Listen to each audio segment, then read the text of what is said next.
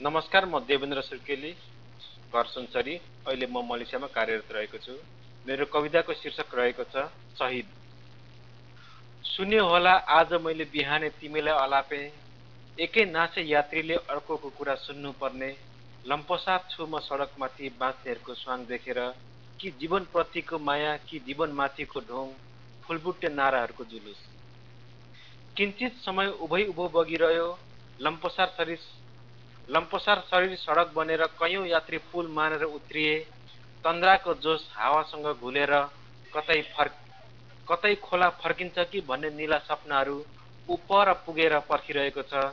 द्रुततरमा दौडिरहेको छ, आँखीभाउ उठाएर माथि हेर्नेहरूको लागि। त्यो त साँच्चीकै ठुलो सपना थियो, नीलो सपना। जीवन ठेलागाडामा राखेर अझै पनि कराइरहे।